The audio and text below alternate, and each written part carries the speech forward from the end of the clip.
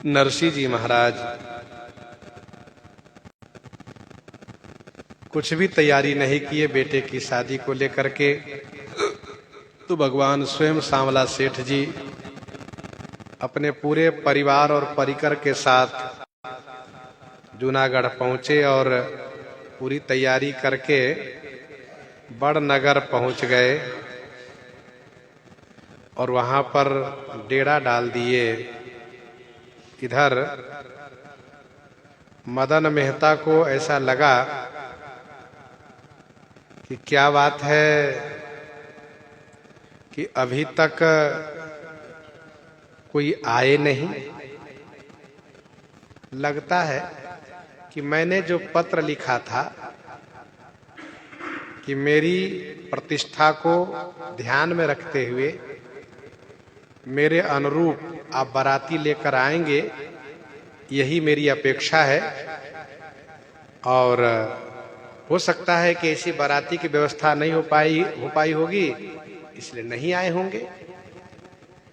तो आज ही विवाह का दिन है और अभी तक कुछ पता नहीं है। तो मदन मेहता जी ने कुछ आदमियों को भेजा कि पता तो करो।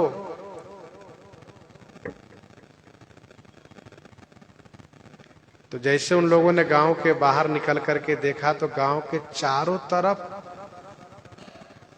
कहीं पांडाल लगा है तो कहीं रावटी लगी है और सब तरफ उत्सव ही उत्सव हो रहा है। भोजन प्रसाद बन रहा है, भजन कीर्तन हो रहा है, बड़ा उल्लास। इन लोगों ने सोचा क्या बात है, इस गांव के चारों तरफ इतने अच्छे अच्छे लोग आकर ठहरे हुए हैं। तो उन लोगों ने जाकर के पूछा, ये बताइए कि आप लोग कहां से आए हैं? तो इन लोगों बारातियों ने कहा कि तुमको नहीं मालूम है, हम लोग जूनागढ़ से आए हैं। जूनागढ़ से कहां? जूनागढ़ से यहां आए क्यों? कहा तुम इस गांव में नहीं रहते हो क्या? अरे तुम्हारे गांव के जो मंत्री है प्रधान मदन मेहता जी की बेटी की शादी है कि नहीं? कहा। और उनकी शादी है जूनागढ़ निवासी श्री नरसिंह जी के लड़के के साथ, सांवला दास के साथ। कहा। कहा उन्हीं की बाराती में हम लोग आए। कहा ये सब बाराती है? कहा सब बाराती। बेचारे जब जैसे ही सुनते वैसे उनकी आंखें खुली खुली रह गई। अरे ऐसी बाराती? और यहां घराती को पता ही नहीं बाराती गांव के बाहर ठहरी हुई है।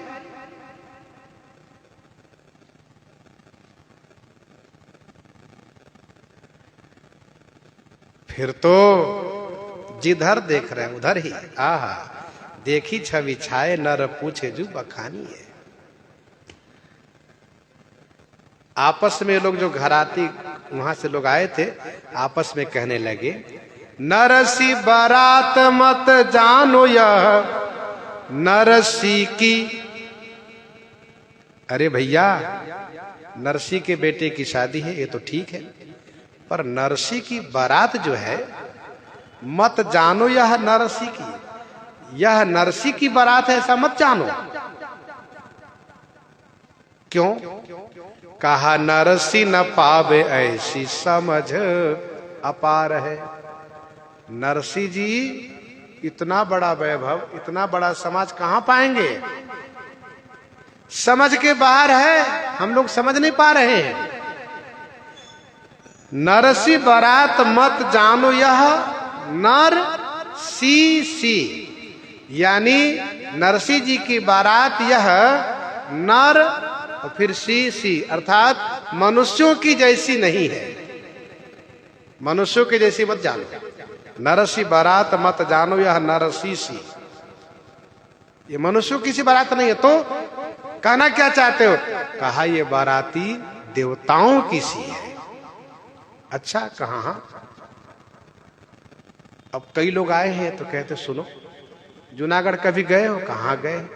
ऐसे लोग वहां कभी दिखाई दिए? नहीं ना। कहा नहीं,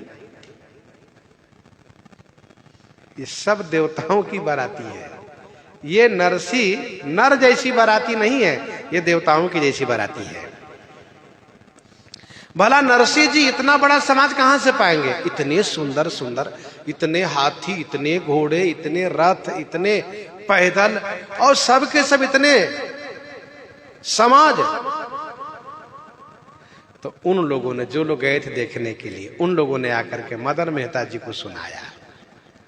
आए कै सुनाई सुधी बुद्धि बिसराई, कहो आई कै सुनाई। आकर के उन लोगों ने सुनाया तो सुधी बुद्धि बिसराई। सुधी बुद्धि बिसराई, बुद्धि सुधी, शरीर की शुद्धि और बुद्धि दोनों भुला गई।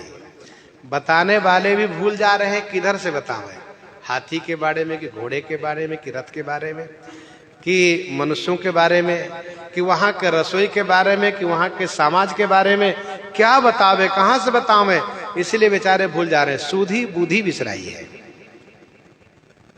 तो मदन मेहता ने कहा, क्यों जी? करत हंसाई, हंसी कर रहे हो? अच्छा, हम जान रहे हैं कि नरसिंह जी गरीब हैं। मैंने तो पहले सोचा है कि मैं जानता हूं गरीब हैं, तो हमारे पास लाखों की संपदा है, वैभव है, कुछ लाख के वैभव उन्हीं को दे देंगे, मेरी बेटी सुखी रहेगी, और तुम हंसी कर रहे हो। उन लोगों ने कहा, नहीं, हम हंसी नहीं कर रहे हैं, हकीकत बता रहे हैं। सत्य बोल रहे हो? कहा हाँ। कहा नहीं, लगता है तुम लोग मजाक कर रहे हो। इतने हजार की संख्या में हाथी है, इतने हजारों की संख्या में लगभग घोड़े हैं, रथ हैं, और इस तरह से सब बाहर डेरा डाले हुए हैं, और बढ़िया सब रसोई बन रही है, सब भोजन कर रहे हैं, कहीं बाल भोग कर रहे हैं, पूरा समाज। मदन मेहता ने कहा, सुनो, बात भाखो निराधार है। बात निराधार माने सत्य कहो, सत्य क्या, हकीकत क्या, ये बताओ। इसी बीच पंडित जी महाराज आ गए। कौन पंडित जी?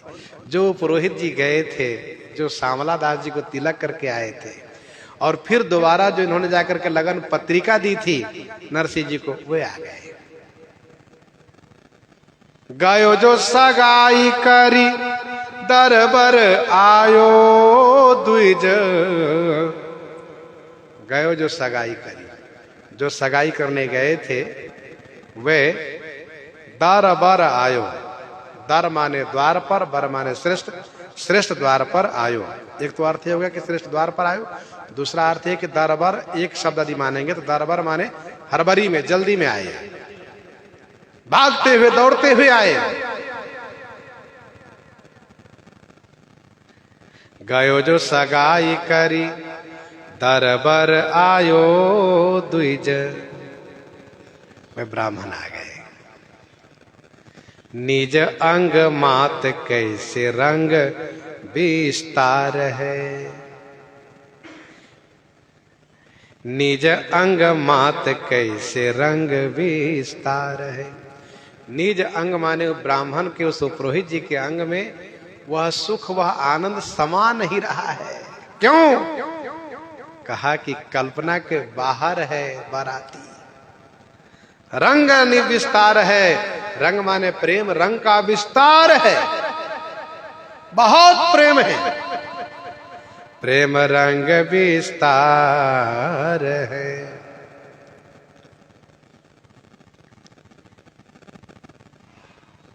ये बाराती आई है। नख शिख रतनन सो जटित, नख शिख रतनन सो जटित, प्रगटे सुभट अपार। बजई हजारन दुंदुभी, मच्यो शोर अपार। तो बाराती कैसी है? कहा सवरन सज्जित से अंदन सोहई, ललकत जिन्हें विबुध गण जोहई। एक ओर गैयर गरटन के ठट ठाटे, एक वो रहैयर हजारन विराजही, सेंदन अमंद मानो मार के संवारे सर्व, प्यादे अर्व खर्व सुर गर्भ को पराजही। प्रगटे अकुंठित बैकुंठ ही के बाज तहाँ, प्रगटे अकुंठित बैकुंठ ही के बाज तहाँ, कुंठित करैज देवराज हूँ के बाजही। भनई रघुराज युवरा भनई रघुराज यदुराज लय समाज आयो, बिलसी बारात ऐसी नरसी के काजही, नरसी के काजही। अद्भुत बाराती। पंडित जी ने कहा, क्यों मेहता जी, मेहता साहब, बड़ी बड़ी बातें आप कर रहे थे, कह रहे थे क्या लगन वापस कर दीजिए, तिलक वापस कर दीजिए, मुझे बेटी का विवाह नहीं करना है, वो गरीब ब्राह्मण है, उसके पास कोई धन नहीं है, क्या मेरा जो एक वैभव है, मेरी जो प्रतिष्ठा है, उसके अनुरूप ही क्या बाराती लेकर आ सकते हैं? नहीं, वो क्या करेंगे, 4-6-10 सूरदास को इकट्ठा करके और ढोल मजीरा तलकुटवा आकर के यहाँ पहुंच जाएंगे, हमारी भारी बेइज्जती होगी, बड़ी हंसाई होगी। और अब चलो और चल करके देखो, और मैं तो कहता हूं कि तुम अपने पूरे घर परिवार की संपत्ति बेच डालो, और बेच करके भी उस बाराती में जो घोड़े केवल आए हैं उसके घास के भी प्रबंधन कर दो, तो मैं समझूंगा कि हाँ, तुम बाराती का स्वागत कर पाए। आज पुरोहित जी का गर्व बढ़ा हुआ है, अर्थात हृदय गौरवान्वित है, और भक्ति की महिमा से उनको गर्व है कि देखो ये भक्ति का प्रभाव है। इन्होंने कहा, कही एक घास धन राशि सोन पूजय की हूं। पुरोहित जी कह रहे हैं, कही एक घास धन राशि सोन पूजय कहूं, धन की राशि लगा दोगे तब भी मेरा विश्वास है कि बाराती के घोड़े के लिए घास नहीं जुटा सकते हो, तो क्या बाराती की सेवा करोगे? क्या खिला पिला पाओगे बाराती को? चल के देखो, बाराती जब आई है तो बाराती खाने पीने का सामान लेकर आई है, तुम्हारे भरोसे नहीं है। वहां बड़े बड़े चूल्हे चल रहे हैं, भट्ठी जल रहे हैं, बढ़िया बड़े बड़े भगोने टोकने चढ़े हुए, कड़ाही चढ़ी है, कहीं छन रहा है, कहीं तल रहा है, कहीं तड़का लग रहा है। चल के देखो।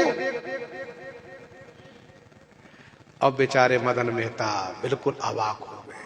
पंडित जी झूठ नहीं बोल सकती, और लोग तो लग रहा था कि मजाक कर रहे, लेकिन ये ठीक कह रहे हैं।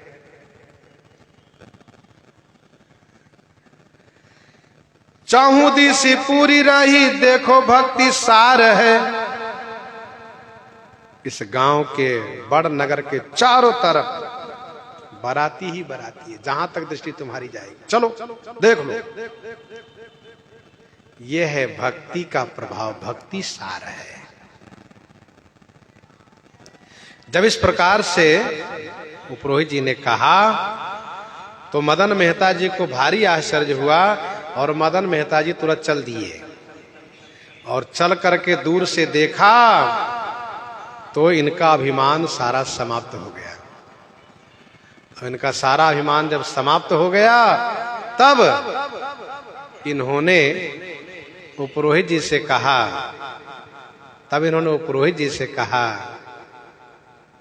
हे ब्राह्मण देवता, हे पुरोहित जी,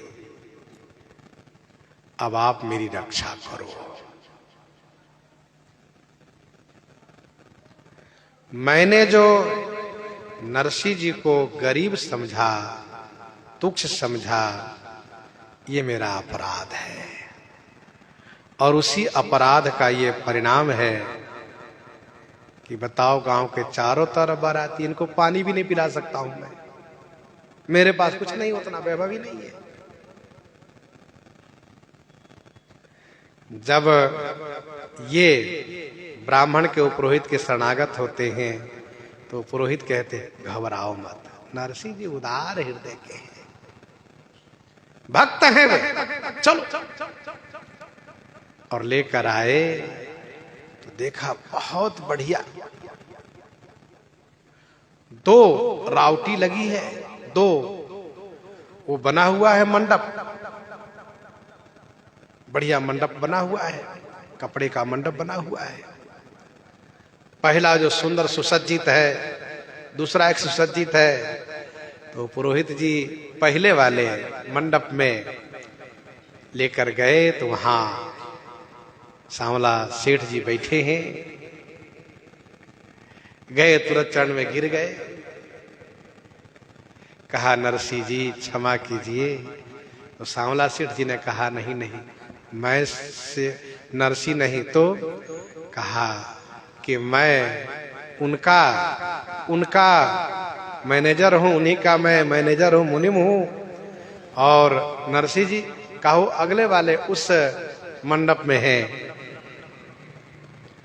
तो जब इनका देखा ठाट बाट सेठ जी का, ये तो वाह, इतने बड़े सेठ उनके सेवक बने हैं, मुनिम बने हैं, मंत्री बने हैं। आहा।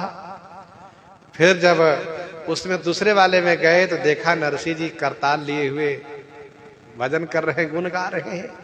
और वैसे ये नहीं कि बेटे के शादी बढ़िया कुर्ता धोती पहन के आंसू, नहीं, अपने उसी सामान्य वेश में मस्ती में भजन गा रहे हैं, भजन गा रहे हैं, खूब मगन है, झूमे हुए हैं।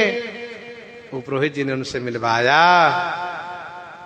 नरसिंह जी को बताया तो नरसिंह जी ने कहा सुनिए, चिंता मत कीजिए, देख रहे हैं हम इस बंद पांडाल में कीर्तन कर रहे हैं, हमें कोई चिंता नहीं है। आप भी एक काम करो, ये जो पहले पंडाल में जिनसे दर्शन करके आए हो उन्हीं के चरणों में सब समर्पित कर दो अपने आप को, और चिंता छोड़ दो, आओ मिलके कीर्तन करते हैं, सब हो जाएगा, सब हो जाएगा। जब इस प्रकार से कहा तो उनको विश्वास हुआ, प्रेम हुआ। फिर मदन मेहता भी कीर्तन में लग गए। ठाकुर जी ने तुरंत दाऊ जी को बुलाया, दाऊ जी, कहा जी, कहा देखिए लड़के वाले की ओर से हम संभाले हैं और लड़की वाले की ओर से आप संभालो। लड़के वाले की ओर से हम संभाले हैं बेटे की ओर से, और लड़की की ओर के बेटी की ओर के आप संभाल लो, बस विवाह उत्सव हो जाए। दाऊ जी तुरंत बलराम जी अपना फौज उतार लिए और पूरी तैयारी कर दिए तुरंत आनन फानन में। और फिर दोनों तरफ से फिर विवाह उत्सव जो होने लगा, फिर तो हरस परस्पर मिला नहीं था। कछुक चले बगमेल, जनु आनंद समुद्र दुई मिलत बिहाई सुबेल। और बड़े धूमधाम से उत्सव हो रहा है। इस उत्सव को यहीं पर हम लोग हृदयांगम कर रहे हैं। और एक कविता और है, वो आगे हम श्रवण करेंगे। एकादशी के संदर्भ में हम लोग चर्चा कर लें। माघ शुक्ल पक्ष की एकादशी। भगवान श्री कृष्णचंद्र जी से श्री युधिष्ठिर जी महाराज ने पूछा, भगवान जिस प्रकार से आपने माघ कृष्ण पक्ष खटतिला एकादशी की महिमा सुनाई है, उसी प्रकार से आप माघ शुक्ल पक्ष की जो एकादशी है उसका नाम, उसकी महिमा आप सुना दें। भगवान श्री कृष्णचंद्र जी ने कहा, राजन माघ शुक्ल पक्ष की एकादशी का नाम है विजया। श्रीराम जया नाम है इसका, जया एकादशी। तो ये जया एकादशी की बड़ी महिमा है। पूर्वोक्त विधि से एकादशी का व्रत करना चाहिए और भगवान की अर्चना करनी चाहिए, रात्रि जागरण करना चाहिए, भजन कीर्तन करना चाहिए। ये एकादशी की विधि है। निराहार हो, निराजल हो, अच्छी बात है, ना हो सके तो फलाहार कर लो, लेकिन एकादशी का व्रत अवश्य करना चाहिए। ये भगवान का प्रिय व्रत है। भगवान श्री कृष्णचंद्र जी ने कहा, एक बार इंद्र नंदन वन में गंधर्व का नृत्य देख रहे थे। उसमें गंधर्व और गंधर्व की पत्नियों को बुलाया गया था नृत्य और गायन प्रस्तुत करने के लिए। ये गंधर्व लोग वहां पर उपस्थित हुए थे। किन्नर है, गंधर्व है, ये सब नाचने गाने बड़े कुशल होते हैं। बढ़िया संगीत का आयोजन हुआ है, नृत्य और गायन हो रहा है। उसी समाज में एक वे गंधर्व थे जिनका नाम था माल्यवान, और एक गंधर्व कन्या थी जिनका नाम था पुष्पवती। दोनों ने एक दूसरे को देखने के बाद एक दूसरे पर अनुरक्त हो गए, और अनुरक्त हो गए तो गायन काल में इन लोगों ने अपने प्रेम को प्रकट करना शुरू किया। गायन काल में अपने प्रेम को प्रकट करना शुरू किया इन दोनों ने। इस बात को देवराज इंद्र समझ गए। उनको बुरा लगा कि मैं देवताओं के राजा हूं और मेरा समाज है, तो मेरी उपस्थिति की गरिमा को इन दोनों ने ध्यान नहीं रखा और इन दोनों ने अपना प्रेम प्रकट करना शुरू कर दिया। इसलिए श्राप दिए कि तुम दोनों का पतन हो, तुम पृथ्वी लोक में जाकर के जन्म लो, मनुष्य नहीं भूत पिशाच बनो। तो इंद्र का श्राप लगा, ये दोनों प्रेत बन गए। हिमालय पर इन दोनों रहने लगे, और हिमालय पर दोनों रह रहे हैं। शीतकाल का समय, जोरदार ठंडी, वैसे भी कहीं कहीं बहुत ठंडी पड़ती, हिमालय में तो ठंडी ही ठंडी हमेशा रहती है। वहां तो जून में भी, मई जून में भी, जबकि सब जगह भयंकर गर्मी होती, वहां पर भयानक ठंडी रहती है। जनवरी की तो बातें जानो तो वहां पर तो दिसंबर जनवरी में, अगहन पुष माघ में बड़ी भयानक ठंडी होती है। वहां लोग रहते भी नहीं है, वहां चले जाते हैं। वे दोनों रह रहे हैं, प्रेत पिशाच बने हुए हिमालय में रह रहे हैं। एक दिन दोनों को बड़ी ग्लानि हुई, दोनों खेद प्रकट करने लगे कि न जाने कौन से पाप के परिणाम से हम लोग भूत प्रेत बन गए। भूत प्रेत में कोई सुख नहीं है, भूख लगती है खा नहीं सकते हैं, प्यास लगती पानी नहीं पी सकते हैं, गला का छिद्र बहुत छोटा होता है, बहुत पतला होता है, कष्ट सबको होता है। ये दोनों बहुत क्लेशित है, दुखी हैं। माघ शुक्ल पक्ष की एकादशी को दशमी से ही ये लोग संध्या काल से कुछ खाए पिए नहीं, और एकादशी के दिन जैसे तैसे बिना कुछ खाए पिए रह लिए। रात्रि में नींद काहे को आएगी ठंडी में, इतनी ठंडी में? भले प्रेत है तो क्या हुआ, ठंडी तो लग रही है। फिर दशमी के प्रातः काल इनके सारे पाप समाप्त हो गए, और ये पुनः गंधर्व के रूप प्राप्त कर लिए। सुंदर वस्त्र और आभूषण प्राप्त हो गए। आकाशवाणी हुई, माल्यवान पुष्पवती, तुम्हारे पाप समाप्त हो गए, अब तुम स्वर्ग में जाकर के सुख का उपभोग कर सकते हो।